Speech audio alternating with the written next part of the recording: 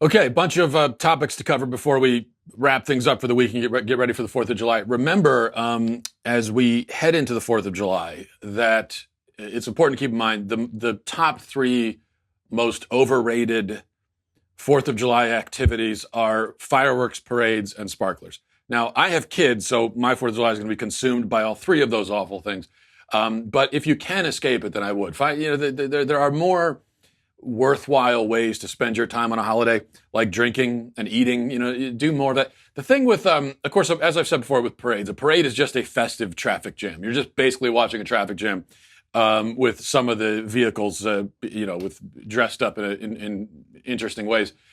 Fireworks are fun to watch for about 3 minutes. I've never seen a fireworks display that could hold my attention for more than 3 minutes because you see the first firework, you're like, oh, that was great. And the second firework is like, oh, did you see that one? Well, of course I saw it. I mean, I'm sitting in the dark and there's explosions. Of course I saw it. Yeah, it was good. And then another one. Oh yeah, okay, good, nice. I think after that third one though, it's kind of like, okay, I get it. I mean, I get the point. I understand what you're doing here. Explosions in the sky, great. Can we go home now? So that's what it is with fireworks. I would just have more creativity this weekend. Think of more creative things to do with your time. Speaking of the 4th of July, I want to begin with this Colin Kaepernick thing.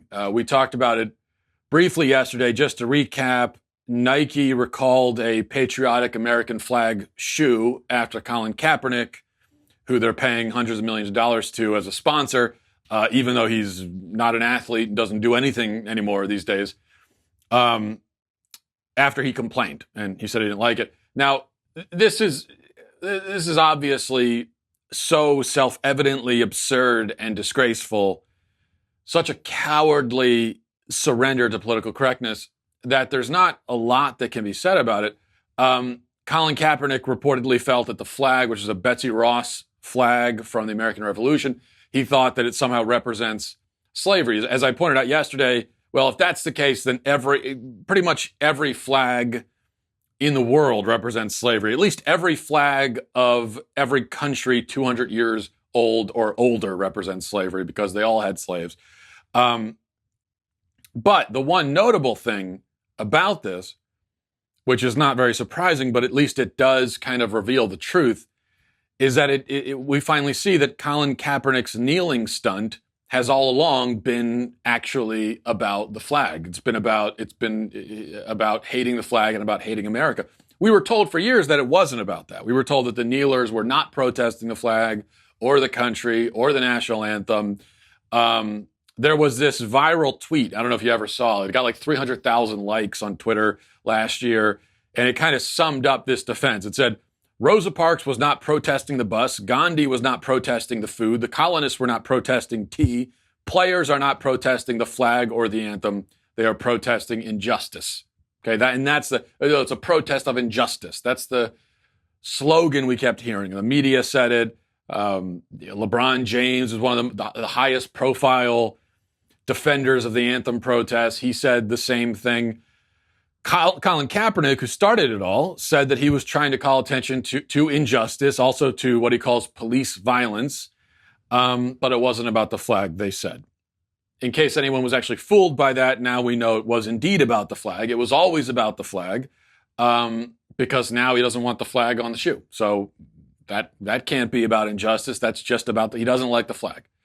Colin Kaepernick does not like this country. That much is pretty clear by now. He's rich and famous, and he's free, and those are all things that he probably would not be if he lived in any number of other countries. But his privilege has made him bitter. And he's free to be bitter, and he's free to hate this country, but I think he should be honest about where he stands, or kneels, as the case may be. Now, I wanted to make one other point about this. That's all the stuff that we talked about yesterday. One of the, and I've seen this again online the last couple of days over this shoe thing. One of the sort of cliched responses to this kind of issue, especially with respect to Kaepernick, is to say, hey, buddy, if you don't like America, you can get out, right? South Park did a whole episode about that. Back when South Park was funny, they did an episode about that. And it does at this point sound sort of corny and cliched to say it. And oftentimes people are wrong when they say it. Oftentimes somebody will simply criticize American culture or American government or the laws or whatever. And then someone will respond with the "get out" line. But see, it doesn't work there, because why should I leave this country just because I think the culture or government can be improved? Maybe I want to stay here and improve it. So there's nothing unpatriotic about criticizing the country in and of itself. Nothing unpatriotic about that. In fact, to insist that you can't criticize the country is itself unpatriotic, because that's one of the things that sets us apart, is that you can get up there and say basically whatever you want, at least as it stands right now, although that's probably changing. As it stands right now, you can get up in public and basically say whatever you want about the state of things and offer your criticism. That's what set us apart. It's a perfectly patriotic thing to do. I think it was either Chesterton or Lewis who made the point that, it's not unpatriotic to criticize the country, just like it wouldn't be unloving for you to warn your mother that she's about to wander over the edge of a cliff. It would actually be unloving if you didn't. So in the same way, if you love this country, you are going to criticize the things about it that are actually bad. But I do think the "get out" response is appropriate sometimes, even if it's cliched. There's truth to it. And I think that's the case with the Kaepernick thing. And here's the difference, because it seems that Kaepernick and many other leftists, such as the ones who want to tear down murals of George Washington and Jefferson, it seems that their beef is with America's it's with America's current situation, yes, but also with America's past. They think America is a fundamentally racist country, and that its past sins stain it and will always stain it, and that it's a country that has no right to exist because the land is stolen, etc. In other words, they hate America for things that cannot be changed. We can't change the past. If you hate America for things that can't be changed, then yeah, you really should get out. I mean, that actually is the only logical response. And why wouldn't you want to get out if that's how you feel about it?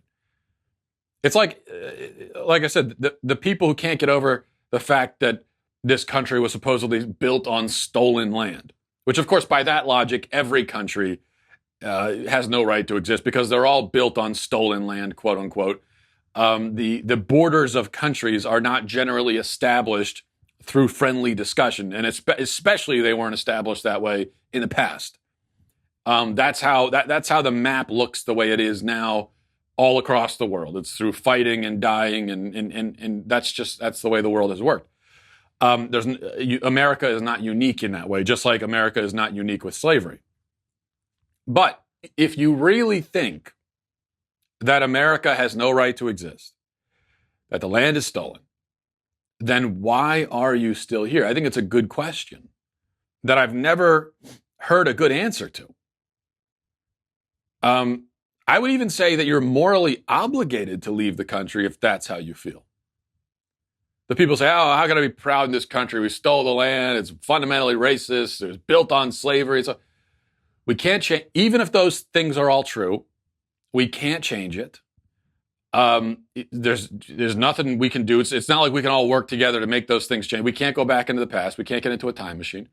So if you can't get over that, if you hate the country because of it, if we can't even celebrate our history because of it, if we can't have traditions and a real culture because of it in your mind, then I think the only logical thing for you to do is just to leave and go to another country. Now, like I said, wherever you go, you're going to inevitably end up in an area where there used to be slavery. Maybe there still is, depending on where you go, where the land was quote unquote stolen. I mean, that's going to be the case wherever you go. But if you're blaming America, if you're pointing America out as this unique evil, then you must not think that. You must not realize that. That must not be the way you see it. You must think that there are places in the world where it's, where they're not stained by any of these things, where it's all perfect. And well, then go to one of those places. And I think that would work out best for everybody. It's the most logical and the most moral response. I personally, people get upset when you hear these celebrities or whoever threaten to leave the country. I'm not upset by that. By all means, you should leave. I would actually have a lot of respect for somebody like Colin Kaepernick. If he said, you know what, I'm fed up with this country. I hate it so much. I'm gone. I'm moving to wherever. I would have a ton of respect for that. I wouldn't agree. I would think that you suffer from an extraordinary amount of historical ignorance, but I would at least respect the follow through.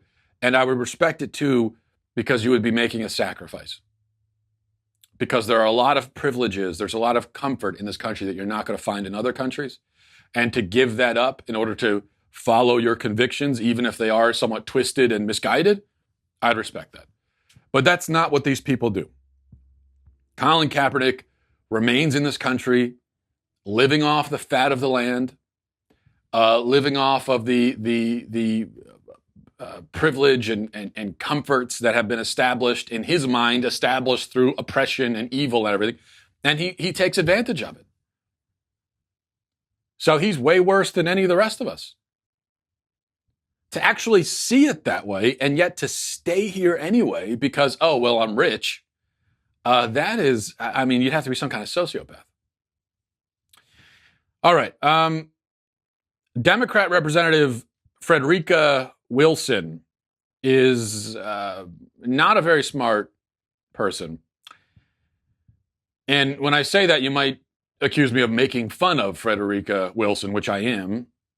But according to Frederica Wilson, I should go to jail for making fun of her. Here's what she had to say at a press conference yesterday. Watch this. Those people who are online making fun of members of Congress are a disgrace. And there's no need for anyone to think that is unacceptable. We're going to shut them down and work with whoever it is to shut them down, and they should be prosecuted. You cannot intimidate members of Congress, threaten members of Congress. It is against the law, and it's a shame in this United States of America. Okay, a few things here.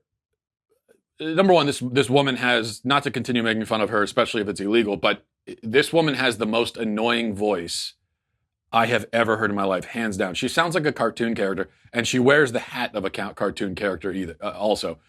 And she says that people who make fun of members of Congress should be prosecuted. So she is very explicitly coming out against the First Amendment, just so we're clear about what's going on here. She doesn't believe in the First Amendment. She wants us to repeal it, basically, because you would have to repeal it in order to make it illegal to make fun of members of Congress, especially when the First Amendment exists in large part for specifically that, to criticize, make fun of, whatever, people in power. That's why we need the First Amendment. So she's saying, no, let's get rid of it. And she says, if I heard correctly, she says, when referring to people making fun of Congress members, she said, there is no need to think that it is unacceptable. So what does that mean?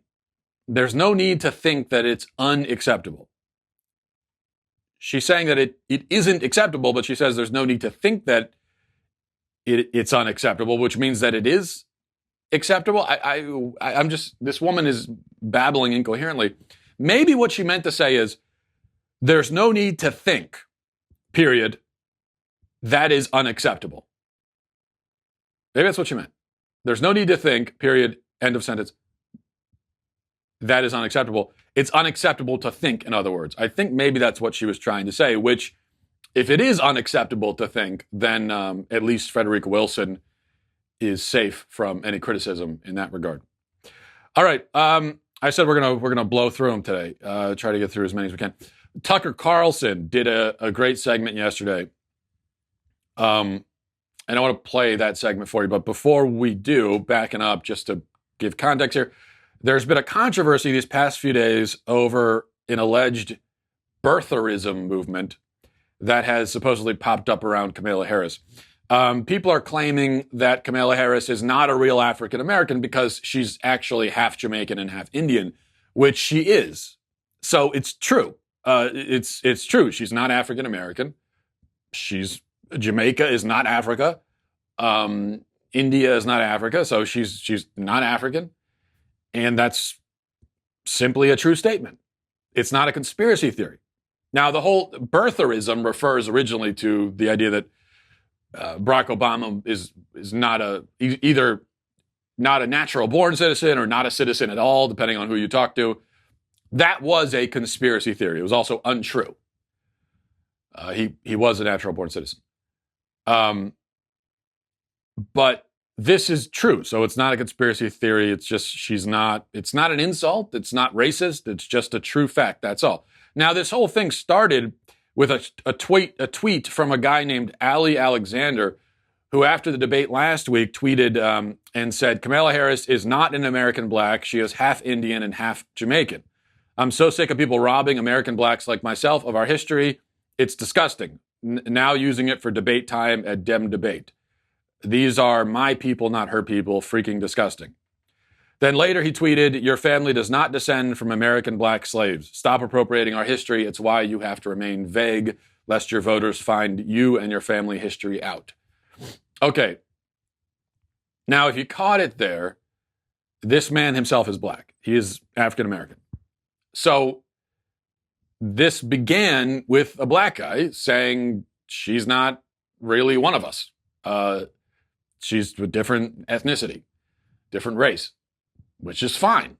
Okay. Now, when I'm reading Ali Alexander's tweet, I don't read that he's criticizing her race or something, or that he's saying anything racist. He's just saying, from his perspective, it seems to him that she is either explicitly or implicitly trying to, as he says, appropriate an identity that doesn't belong to her.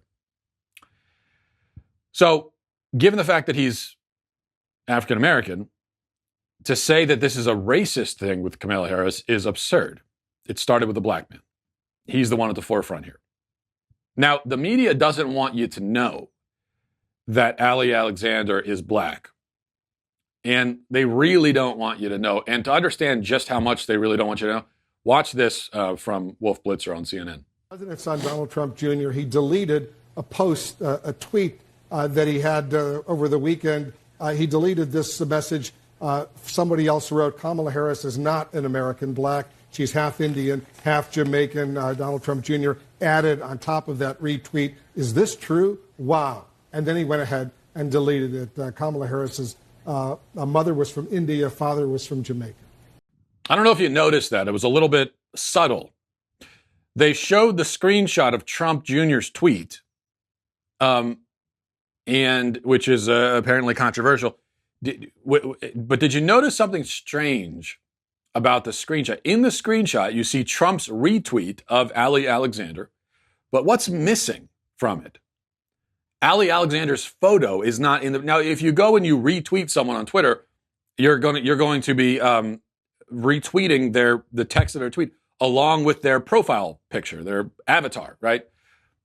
CNN took the time apparently to go in and edit it, remove Ali Alexander's face from the tweet so that nobody would know that it was a black guy who originally said this.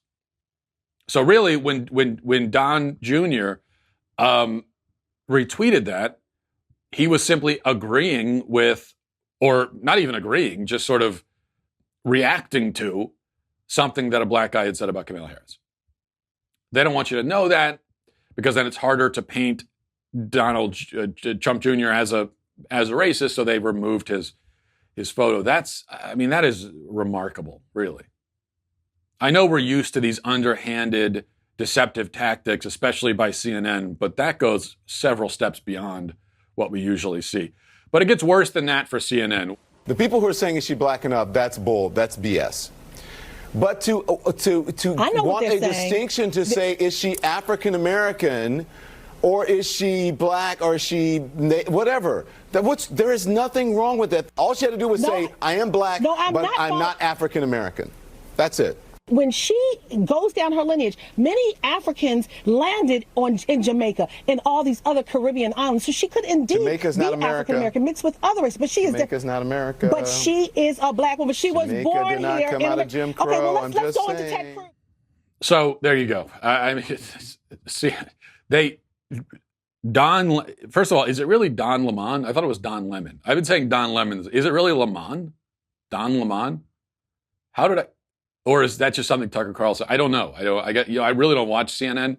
I just see these people's names written, so I always assumed it was Don Lemon. Anyway, I guess Lemon sounds a little bit classier, I suppose. But there it is. You've got Lemon/Lemon himself making this point, and this is a point that, I mean, it goes without saying, but I'm going to say it anyway. If Kamala Harris was a Republican woman, same ethnicity, Republican woman, and a black guy on the left made this point about Kamala Harris, you would be racist for disagreeing with what the black guy's saying. Okay? If you switch the ideologies around, then the racist thing would be to not jump on the birther bandwagon. To defend Kamala Harris would be racist. Because then you'd be accused of, what you're defending? So you're claiming that being Jamaican and being African American are the same thing? Like it's all the same? You're a racist. You're a bigot. That's usually the racist thing. To point out the distinction and say, well, Jamaica is not Africa and it's not the same thing. To point out the distinction is usually the respectful thing. And to deny the distinction is racist. But it's been flipped around now because of the ideological makeup of the situation. All right, let's check in with the humorless feminist scolds. An article over on the website Eater, written by Jaya Saxena, not sure if that's her real name or not, deals with the scourge of restaurants making jokes on their menus. The headline is, "My girlfriend isn't hungry menu items are thinly veiled misogyny." And you know that when we're talking about thinly veiled misogyny, you know it's going to be good. So let me read a little bit of this article to you. It says, "It's become a trope that when a heterosexual couple is out on a date, the woman might say she's not that hungry, but proceed to eat some of the man's food. It seems innocent enough, but complaints that these girlfriends must be pulling one over on their boyfriends to snag commitment-free nachos has proliferated to a point where restaurants across the country are offering dishes and menus for the, quote, not hungry date. Mama D's in Little Rock, Arkansas, is the latest restaurant to go viral for the menu edition. The $4.25 My Girlfriend Is Not Hungry special gives you the option of adding extra fries, wings, or cheese sticks to your already existing meal. In another light, it would be a lovely way to offer couples a way to split food on the cheap, but it's framed as a burden a man on a date must endure for sex later. The ability to joke about her appetite on social media. Okay, first of all, nobody ever said anything about sex. This person is throwing that in there. Mama D's isn't the only restaurant to offer such a deal. Restaurants in Oregon and New York will double your fries. Tangled Hickory in Wisconsin will double your fries and add extra onion rings. I'm getting hungry right now reading this. One Night Stands in Calgary will double your fries and add 3 honey biscuits for the girl who just wants biscuits and fries for dinner.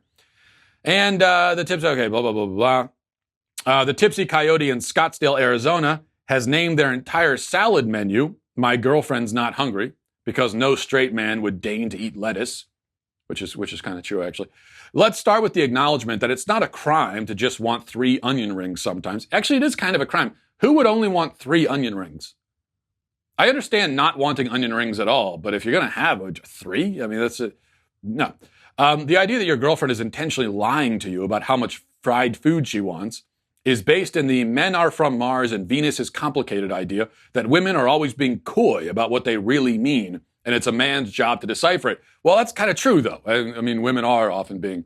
I mean, with women, it's always like, I didn't want to tell you. I want you to just know, right? That's why men are always getting in trouble, because they do something that the girl didn't want them to do, but the girl never said she didn't want the guy to do it. Or they're not doing something that the girl does want the guy to do, but the girl never told the guy she wanted to. And then when the guy points out, well, why didn't you just tell me? Then the girl will say, well, I just wanted you to know. And now, credit where it's due to women here.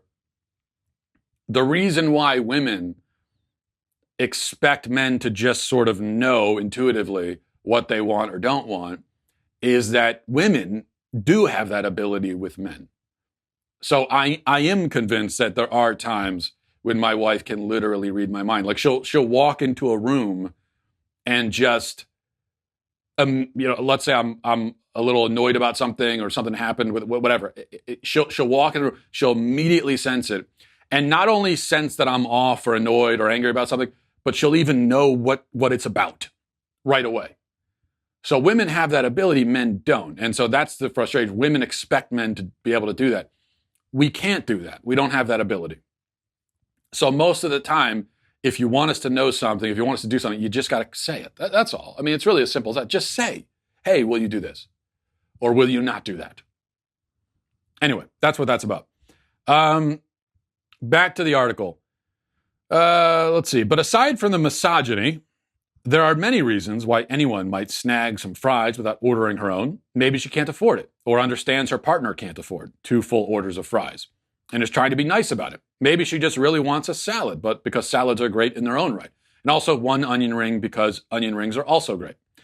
Maybe, like many women, she struggles with disordered eating because we live in a society that asks women that women be chill enough to scarf down pizza, but also remain 110 pounds at all times. And she's stuck in a damned if you do situation where her date will judge her no matter what she orders. Okay, that's just not true. Men are not going to judge women based on what you order. We don't. That's the thing. We really don't care. So when you're sitting at the restaurant with your man and you say, oh, what should I get? The man doesn't get whatever you want. He really doesn't care.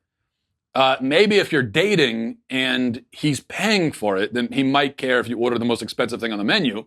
So maybe don't do that. Although even if you do that, he's not gonna let you know he cares. He'll still pay for it. But that's the only thing we care about really is the price. That's actually, let me back up and clarify. The only thing we care when it comes to ordering food is just the price. Outside of that, just get whatever. You want to get 3 chili dogs. If they're $3 a piece, get 5 of them if you want. I mean, it doesn't matter. Really, just whatever you want. It's totally fine. Anyway, I could keep reading this, but I'm not gonna. You get the idea. I think. I cannot imagine writing like 6 paragraphs about a menu joke. But this is the kind of pettiness that you find among feminists. Now, do you know where this joke comes from? It comes from reality. It comes from real life, from lived experience. Women do, in fact, often claim they aren't hungry and then proceed to steal your food. That's a thing. It happens. And in fact, the whole reason the joke works is that it happens so often that people can relate to it. And that's the problem with getting offended by a joke. If the joke works, if you can recognize it as a joke because people are laughing, then that means it's probably true. That's why it works. Jokes that are based in unreality, jokes that have no truth to them, no one's going to laugh because it just doesn't make any sense. So it's a joke. Does it tease women a little bit? Is it giving women a little bit of a hard time? Yeah, sure. Fine. Women are being teased. It is, women are, if you want to say it, the butt of the joke in some respect. And so what? Who cares? Women can handle being teased. They can handle being the butt of the joke. It's not a big deal. Most women can. Some women can't. Feminists cannot. Feminists cannot handle jokes. They especially cannot handle being the butt of the joke. They just can't deal with it. But that's all the more reason to tell these jokes. Because, if someone could take a joke, then you should make jokes about them. If someone can't take a joke, that's all the more reason to make jokes about them. There is something insidious here. We talk about how the left is ruining comedy, and they are. Because they're making it so that we can't joke about the realities and idiosyncrasies of life and of each other. And the effect is more than just making restaurant menus more boring. The thing is, the reason we like comedy, the reason we like watching a stand-up, do his thing, give his act, the reason we like to joke about these truths about each other and about life and about our experience is that it's unifying. It brings us together. It's kind of a moment for all of us to look at each other and recognize the absurdity of everything and just laugh about it. And that's why we enjoy it so much. The joke that always gets the biggest laugh from me is if I'm watching a stand-up or I see a funny tweet or something. The jokes that for me get the biggest laugh, and I think for most people get the biggest laugh, is when it's a joke about something, some personal quirk or whatever, that I thought was unique to me, or when someone makes a joke about another person or group of people, or and I thought I was the only one who noticed that, and then I see this joke, and that will get the biggest laugh, because you're saying, oh, other people experience this. I didn't realize that. I didn't know other people experience this. Other people thought like this, and that realization brings joy. It's a good thing. You laugh. You're happy about it. I think ultimately it makes you feel less alone. I think that's what comedy does. It makes us feel like we're not as alone in the world, because there are other people who experience life the same way that we do and have noticed. It's like when you're walking around and you see all this absurdity happening and you're thinking, am I the only one who notices this? Like, this doesn't make any sense over here. This is ridiculous over here. This is kind of stupid. And you think you're the only one. You feel alone. And then you hear someone make a joke about it. You think, oh, I'm not alone. Okay. So the joke is not just funny, but it's encouraging in a way as well.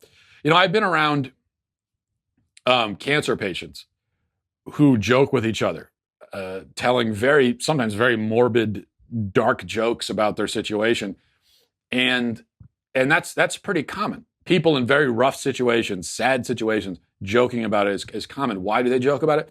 Because it makes things a little less scary. It makes things less lonely, less sad. I think when you're sick, there are a lot of things about it that are terrible, the fear and the pain and everything.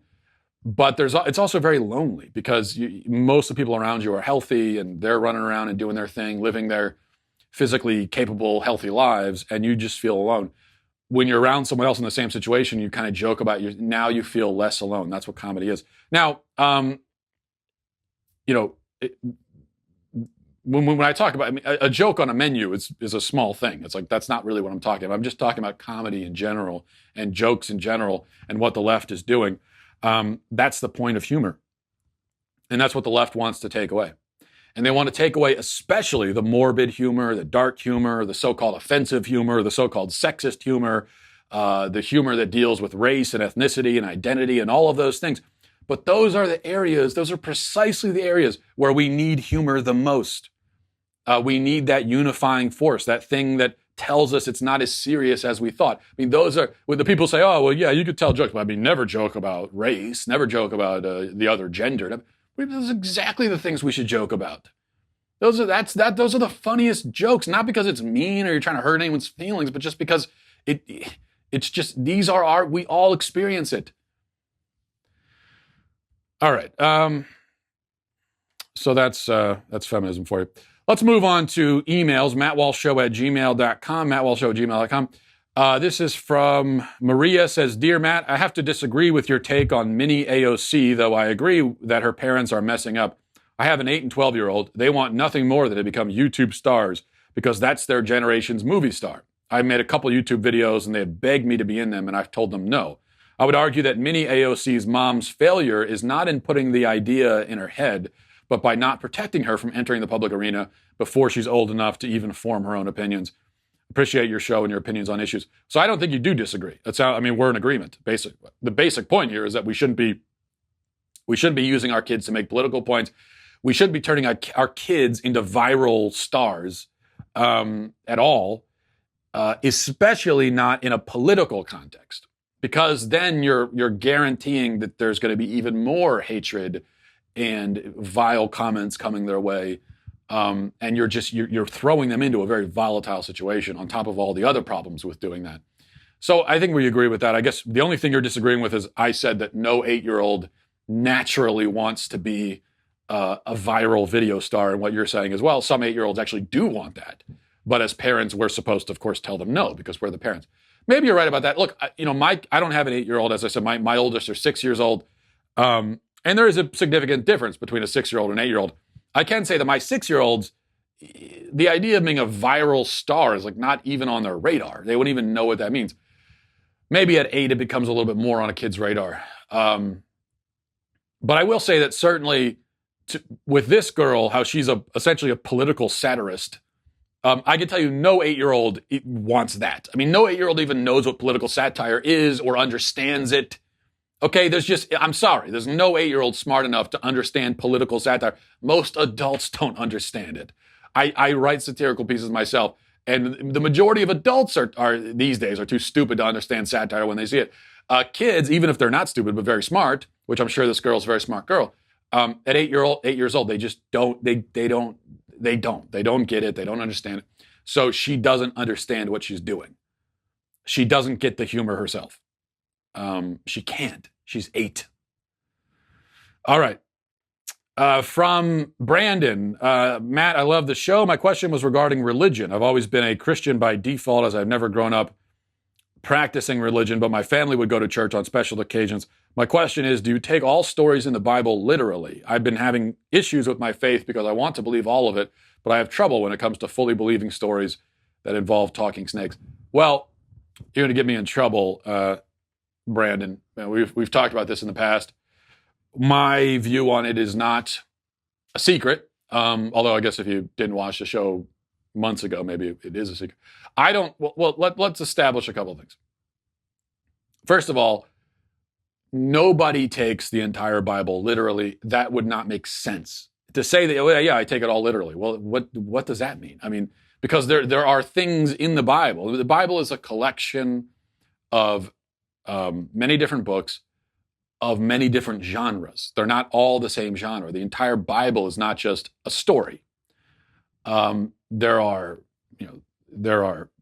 Psalms, there are Lamentations, there's the wisdom literature, there's exhortation, there are epistles, there are, teachings, commandments. I mean, there are all kinds of things like that, which don't really qualify as stories in my mind. And among those things, now something like a commandment, a direct instruction where God is saying, do this or don't do that, well then, yeah, we take that literally. I mean, that's the perfect example of a thing you do take literally, right? But something like a psalm, I mean, what does it mean to take the Psalms literally? Well, nobody does. It doesn't make any sense. It's poetry. By definition, you don't take poetry literally. There's truth there, so you do get at the truth, but if you read poetry literally, you're reading it like a robot. And then if there's a metaphor or something or imagery, it's like you try to take it literally, then you're just not reading it like a human being. Jesus tells parables. Of course, we don't take the parables literally, in the sense that when Jesus tells a certain parable, whether it's about the Prodigal Son or any other parable, or the Good Samaritan, he's not trying to say that this event actually happened, like there really was a prodigal son. But there's a point to the story, a message that we're meant to understand. So that's the first thing. And then related to that, we just, when we're looking at any particular part of the Bible or any particular story or passage in the Bible, if we want to understand how we are to take it or read it, then the first thing we have to do is figure out what genre is it. So as I said, the parable's genre, that's a whole genre. So we read a parable, we know, we recognize, okay, this is a parable. We don't take it literally. We are looking for truth. We're looking for a message. We're not taking it literally. We read the Psalms. What genre? Well, this is poetry. Okay, that's the genre. The question then is, the book of Genesis, what genre is it? What's the genre? That's the question. Now, I'll tell you the answer to that question. I can't tell you for sure. I don't know.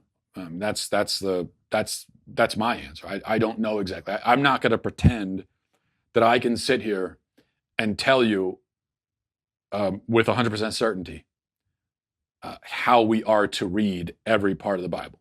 I'm not going to tell you that I understand every part of the Bible. I don't. The book of Revelation, that's a whole genre I forgot about. The apocalyptic literature. Okay, there's another great example of a genre that we don't take literally. Now, the book of Revelation, that's obviously there's truth there. There's a message we're meant to understand, a message we're meant to take away from it. But of course you don't read Revelation totally literally. Most adult Christians who are grown-ups don't actually expect that literal horsemen, guys on horses are going to come out of the sky. There'd be no reason for that. It would be, that would be God sort of, it'd be like theatrics. If you have beings in the sky, why do they need to be on horses? It would be just, theatrical. Which there's no reason to think that that's literally what's going to happen. But the horsemen are meant to represent something. And so we're supposed to understand what they represent. And it's being communicated to us using this sort of imagery because it sticks in our mind more. And also, I think, because with something like apocalyptic literature, the end of the world, these are concepts that are beyond us anyway. And so if the Holy Spirit were to inspire someone to write about the end of the world in a totally literal way, we wouldn't understand it. It would be total nonsense to us because it's beyond us. And so instead, especially when we're dealing with concepts that are beyond our comprehension, that is especially when imagery and parable and metaphor and all this, that's especially when those come into play. And I think that's why Jesus used parables a lot, because as Jesus, he knows that we are very limited in our cognitive abilities. And so he expresses these ideas in a way that we will understand. And also a way that will just stick with us. Again, the story of the Prodigal Son. That's a story everyone remembers. If Jesus had just said in a very literal way, hey, listen, if you go out and you sin and you stop sinning, God will forgive you. Well, if he had and he did say that in a literal way many times, but all the times that he said it literally, the thing that we all remember the most is that story, because that's just how we are. That's how our minds work. So we think about the genre. Going back, I'm babbling now. What's the genre of Genesis? Well, that's the question. My answer again is I don't know exactly. I can, but I think that the answer probably is that Genesis is not especially the first few chapters of Genesis, the creation account is not literal. And I've done a whole show on this. You can go back and watch that show. There are many reasons why I think that. One of those reasons, not the only reason, but one of those reasons is that when we look at the science, it's just we know for a fact that is not literally how the world came about. Just like there are passages in the Bible which, in a literal sense, seem to indicate that the sun orbits the earth. There are several passages in the Bible which, if you read literally, that's what it would seem to indicate.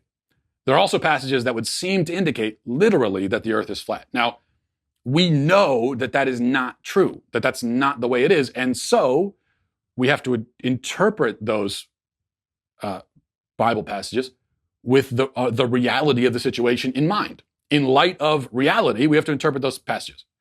There was a time when a lot of people didn't know that the earth orbits the sun. And so they read those passages and they thought that those passages, affirmed the truth that the sun orbits the earth. Once it became clear that that's not the case, we had to go back and say, okay, well, I guess we were wrong with our interpretation of those passages. We can't cling to our old interpretation when the realities are right in front of us. It's just, you can't get around it, so to speak. Pun intended. So I think it's the same thing with the creation account. It's just the 7-day, 6,000-year-old earth. It's just the science. I'm sorry, the science doesn't work. And I know there are supposed Christian scientific authorities who are not authorities who will claim otherwise, and they'll throw a lot of statistics and facts at you, but it's not true. Doesn't work. So that's how I would look at that. All right, and I can look forward now to many angry emails. From Jacob, this says, hey, Matt, I'm a student at Utah State University, and because I'm getting closer to graduation, there are some upper-level classes I have to take with certain attributes. I'm taking a class called Perspectives on Race because it fulfills 2 attributes in a single class, which is nice.